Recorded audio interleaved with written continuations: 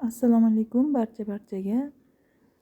Azizlarim, men buni tovuq go'shtini morozilikdan topib oldim. Morozilikka qarasam tovuqning go'shti bor ekan. Keyin shuni duxovkada pishirayin, bir video qilayin dedimda olib, buni duxovkada pishirdim, video qildim. Buni tovuqni go'shti, qo'yni go'shti, molni go'shti, qanaqa go'sht bo'lsa tayyorlasalaring bo'laveradi.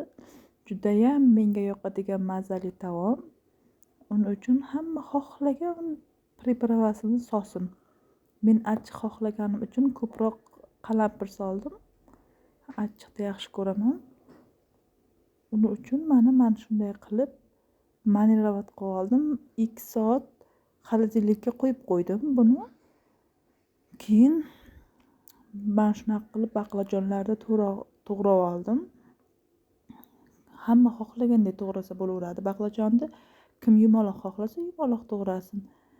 Men mana shunday katta to'g'rashni yaxshi ko'raman. Shuning uchun baqlajonlarni katta qilib to'g'rab oldim. Mana shunaqa qilib suvga tuz solib ivitib qo'ydim. Mana shunday qilib bilasizlar, ana bu achchig'i chiqadi. Baqlajonni 5 dona pomidor oldim. 2 dona piyozni mana shunaqa qilib to'g'rab oldim. 2 dona bolgarskini. Keyin xohlagan zelenlaringni mana shunday qilib to'g'raysizlar. Sabzi albatta men 2 dona sabzi soldim, lekin 4 dona kartoshka soldim, chunki kartoshkani juda ham yaxshi ko'raman. Bu taomda kartoshkasi ko'proq bo'lsa, kartoshka yog'ni o'ziga olib juda ham mazali. Go'shtlardan ko'ra kartoshkasi mazali chiqadi. Shuning uchun kartoshkani ko'proq soldim. Mana shunaqa paketlarni ichiga solib nima qilamiz? Tayyorlaymiz. Bu pripravani o'zida bo'ladi paketi. Mana 2 soatdan keyin go'shtim mana shunaqa yaxshi ichlarigacha singib ketadi. Mana bu achchiqlari. Marinovat bo'ldi.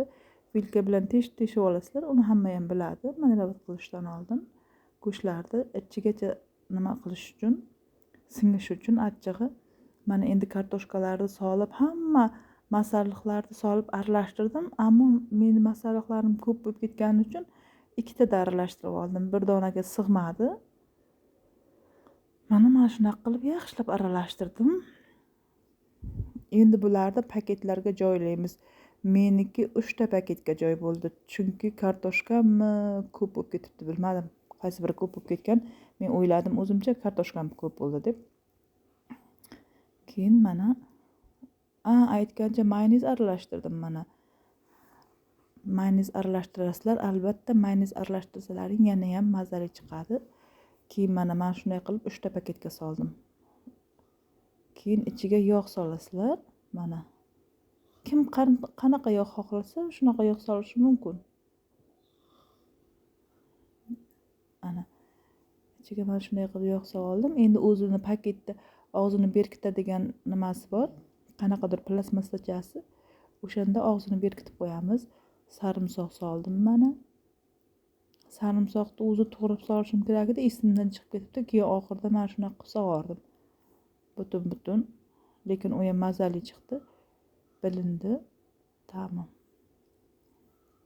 Mana do'stlarim, tayyor bo'ldi. Endi bularni og'zini berkitib duxovkaga shunday solasizlar, juda ham mazali taom bo'ladi. O'zi mil pishib, men 150 gradusda 1 soatga qo'yib 1 soat pishirdim. Hamma xohlagancha pishishi mumkin, chunki men kartoshkalarimni katta qilib to'g'raganim uchun nima qilsin, yaxshi pishsin deb 1 soatga qo'ydim. Mana pishib tayyor bo'ldi. Endi bularni sekin olamizda mana shunday ko'rinishga ega bo'ldi. Havolari chiqib ketadi o'zidan o'zi olganlaringdan keyin. Mana juda ham mazali tayyor bo'lib pishdi. Endi buni olamizda tovoqlarga solib yeymiz. Tayyorlaganlarga yoqimli ishtaha, tayyorlamaganlar albatta tayyorlab ko'ringlar. Kimdir tomat solsa ham bo'ladi. Men tomat solmadim. Mayonez solganim uchun mana shunaqa oppoq bo'ldi. Nima uchun rangi buncha xunuk demanglar.